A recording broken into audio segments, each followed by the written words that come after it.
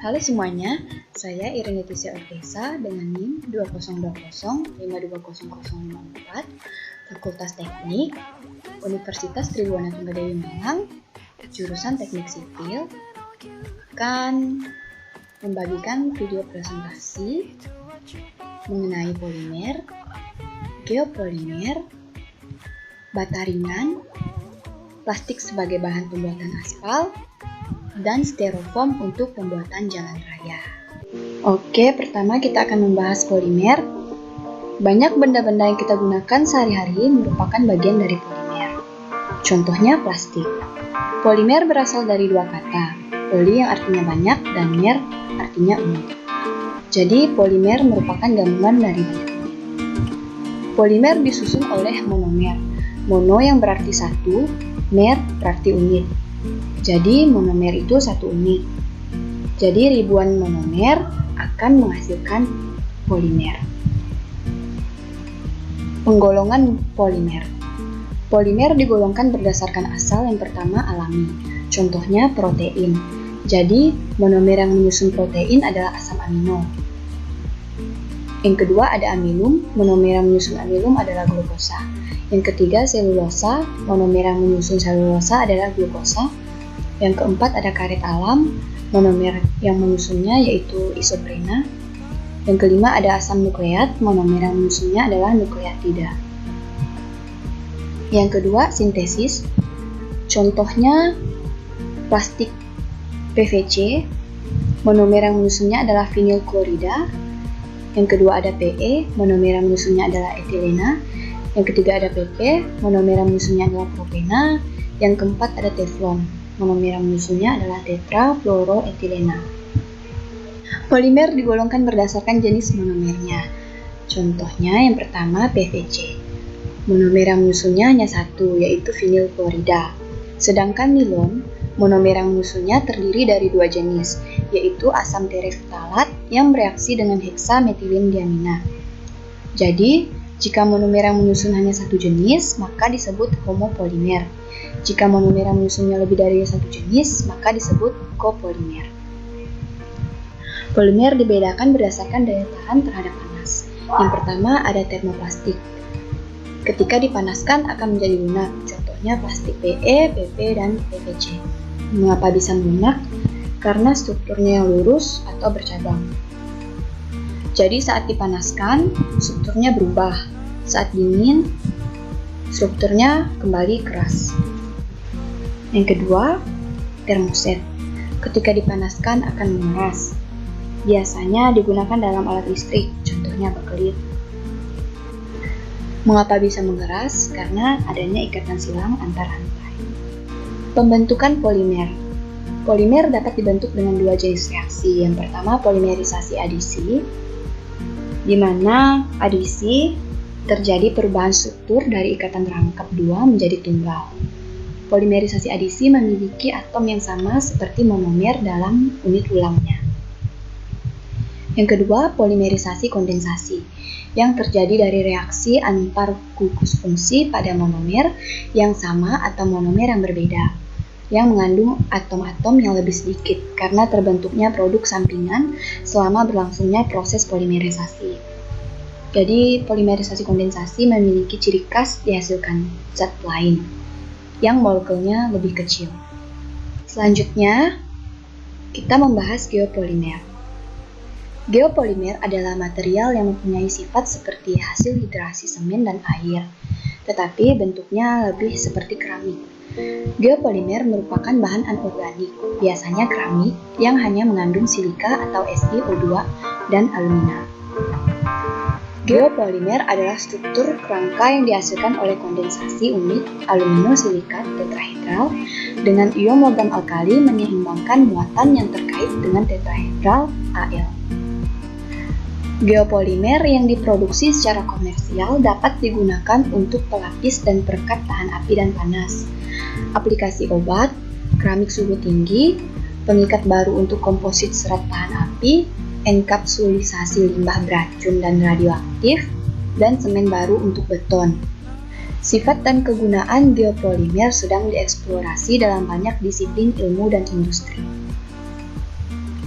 Secara konvensional, geopolimer disintesis dari campuran dua bagian yang terdiri dari larutan alkali dan bahan aluminosilikat padat.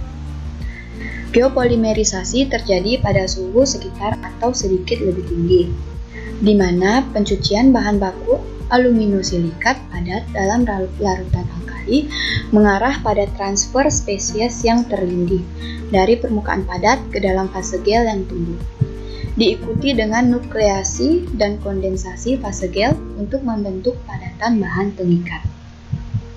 Ada berbagai macam potensi dan aplikasi yang ada, yang terdaftar dalam 3 kategori utama, yaitu resin dan pengikat geopolimer, semen dan beton geopolimer, seni dan arkeologi. Selanjutnya, bata ringan. Bata ringan adalah material yang menyerupai beton dan memiliki sifat kuat, tahan air dan api, awet, atau durable yang dibuat di pabrik menggunakan mesin. Bata ringan diciptakan agar dapat meringankan beban struktur dari sebuah bangunan konstruksi, mempercepat pelaksanaan, serta meminimalisasi sisa material yang terjadi pada saat proses pemasangan dinding berlangsung. Jenis-jenis bata ringan. Bata ringan AAC. Bata ringan berjenis AAC terbuat dari pasir silika, semen, kapur, dan air. Pemrosesan dengan mesin autoclave dilakukan menggunakan uap bertekanan tinggi yang bersuhu 200 derajat, sehingga memicu terjadinya reaksi antara pasir, silika, dan kapur. Hasilnya berupa bata yang memiliki pori-pori udara di dalamnya, sehingga berbobot lebih ringan. Walaupun mempunyai pori-pori di dalamnya, material ini tidak menyerap air karena pori-porinya tidak saling berhubungan. Yang kedua ada bata ringan CLC.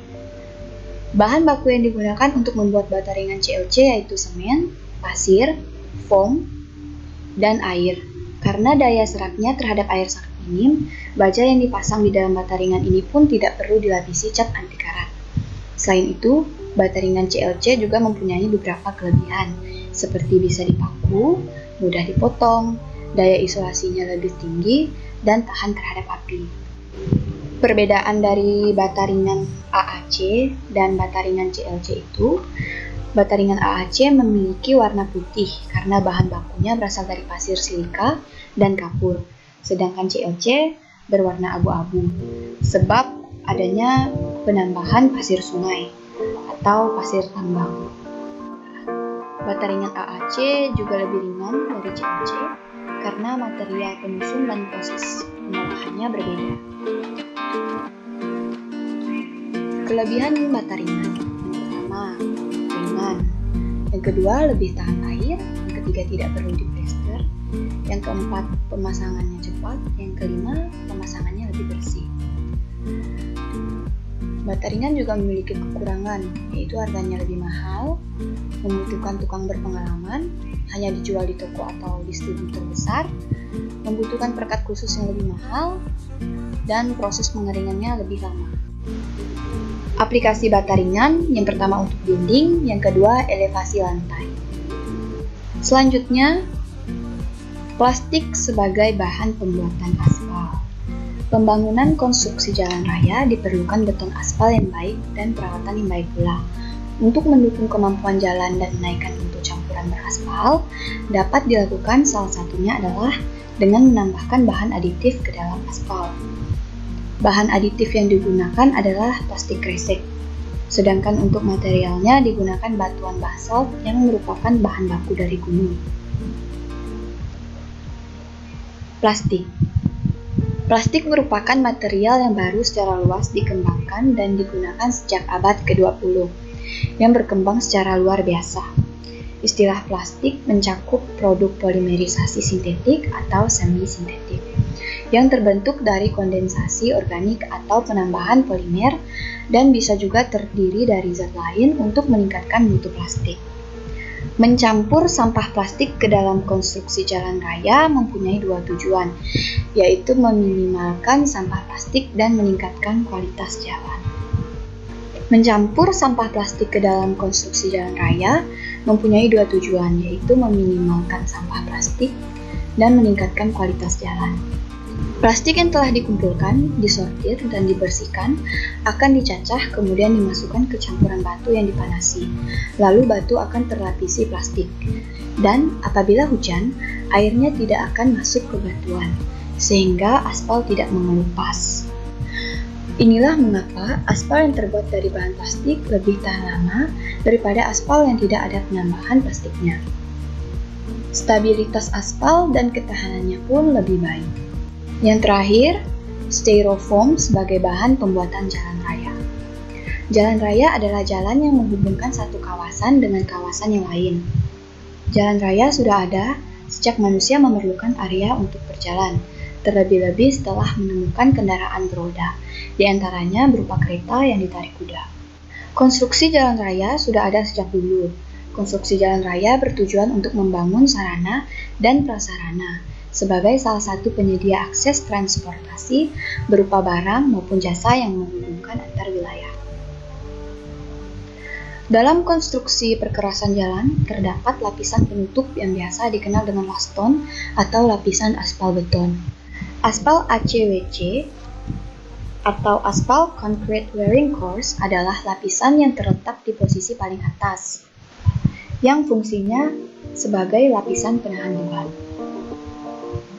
Maka dari itu, diperlukan kualitas perkerasan yang baik. Penggunaan bahan tambah aditif dan filler menjadi salah satu alternatif. Salah satunya penggunaan styrofoam sebagai bahan tambah dan filler semen yang dapat meningkatkan kualitas beton aspal. Styrofoam merupakan salah satu jenis plastik golongan 6 yang terbuat dari polisterin dan gas. Styrofoam banyak dimanfaatkan dalam kehidupan. Di samping banyak manfaatnya, styrofoam sangat berbahaya bagi tubuh. Limbahnya pun berbahaya bagi lingkungan, karena limbah styrofoam tidak dapat dengan mudah didaur ulang. Jika sampah plastik membutuhkan waktu hingga 500-an tahun untuk dapat terurai di dalam tanah, styrofoam justru tidak pernah dapat terurai. Jadi, muncullah ide cemerlang, yaitu penggunaan limbah styrofoam sebagai bahan alternatif untuk perkuatan perkerasan aspal. Perkerasan lentur merupakan salah satu jenis perkerasan dengan bahan pengikat aspal. Usaha untuk meningkatkan kinerja perkerasan lentur lapis permukaan dengan menambahkan styrofoam akan menambah kekuatan perkerasan tersebut. Perkerasan lentur terdiri dari beberapa lapisan, yaitu tanah dasar, lapis pondasi bawah, lapis pondasi atas, dan lapis permukaan. Lapisan permukaan berupa campuran aspal dengan agregat kasar dan agregat halus. Agregat kasar yang akan digunakan adalah yang tertahan saringan. Sedangkan agregat halus terdiri dari pasir atau pengayakan batu pecah dan lolos ayakan. Limbah styrofoam atau plastik busa digunakan sebagai bahan aditif pada aspal yang membentuk bahan pengikat baru untuk perkerasan konstruksi jalan, karena sifatnya yang padat dan akan mencair pada suhu yang tinggi. Jadi, penambahan styrofoam membuat stabilitas campuran menjadi naik dan kelelehannya juga naik. Sekian presentasi dari polimer, geopolimer, bata ringan, plastik sebagai bahan pembuatan aspal, dan styrofoam untuk pembuatan jalan raya. Terima kasih.